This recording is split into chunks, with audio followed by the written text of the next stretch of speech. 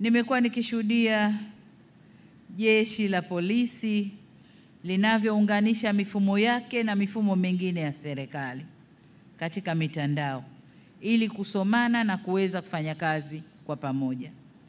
Kama mfumo wa usimamizi wa utendaji barabarani, Integrated Road Traffic Information System, lakini pia mfumo wa usimamizi mashauri ya jinai na mfumo wa taarifa za mali zilizopotea.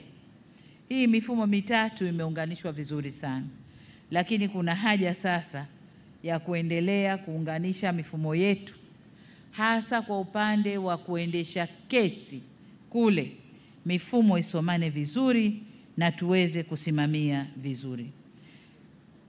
Pamoja na kutoa msukumo huo nilioutoa, napongeza management ya Jeshi la Polisi kwa kusimamia maboresho ya jeshi lake kwa kuongeza matumizi ya teknolojia ya habari na mawasiliano, yani TEHAMA, katika utekelezaji wa shughuli zake. Nami niongeze sauti yangu, jambo hili lifanywe kwa kasi na lifanywe kwa uhakika. Huko nyuma fedha nyingi zimetumika kuweka mifumo, lakini mifumo mingi ilikuwa nusu-nusu, haikukamilika na mengine haikufanya kazi kabisa. Kwa hiyo sasa twendeni tukakamilishe mifumo, ifungwe, isomane na itumike. Mifumo hii ikiendelezwa na kuboreshwa zaidi kwa kusomana na mifumo mingine ya serikali, italisaidia sana Jeshi la Polisi na taasisi nyingine za serikali kuharakisha au kurahisisha shughuli zake, kuleta ufanisi na kupunguza gharama kubwa kwa serikali.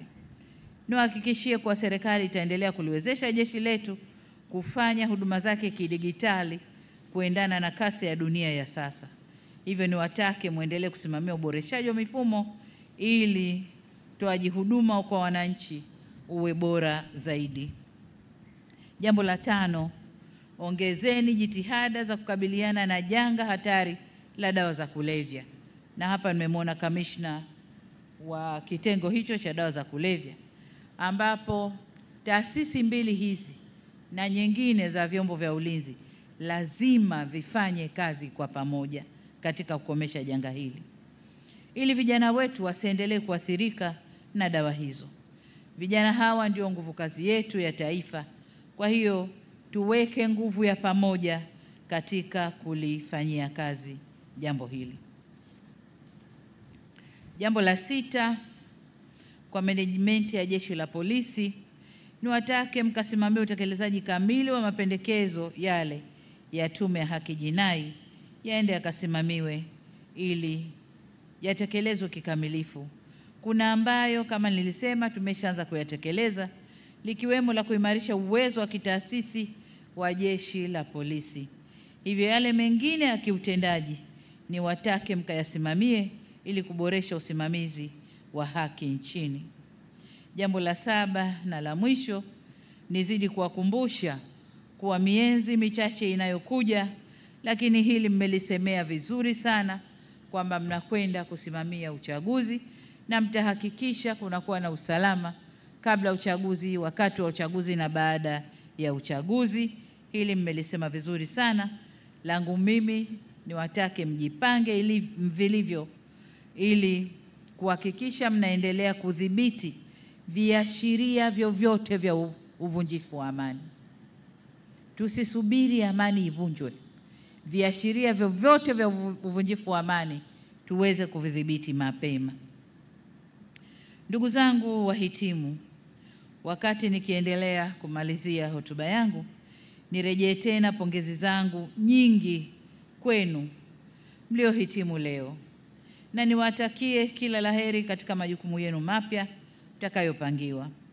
Kama mlivyoapa, nisisitize msiogope wala kumwonea mtu au mtu yoyote katika utekelezaji wa majukumu yenu, bali mkawe mabalozi wa mabadiliko chanya na maboresho ndani na nje ya jeshi letu la polisi.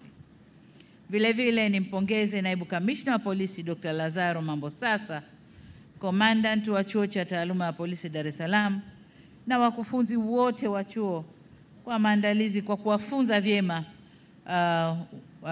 jeshi letu hili la polisi au vijana wetu wanaohitimu leo, lakini pia kwa maandalizi mazuri ya sherehe hizi. Commandant wa chuo, naomba usichukue muda mrefu, uingize timu nyingine. Chuo kisilale kisipoe. Chuo kisilale kisipoe. Wametoka hawa,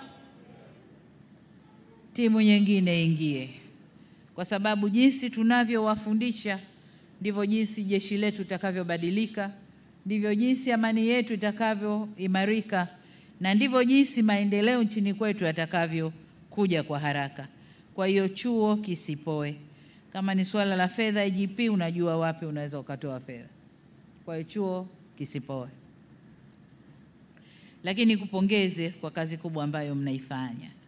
Lakini pia tulizungumza kule ndani kuhusu uhamishwaji wa chuo na ujenzi wa chuo kipya.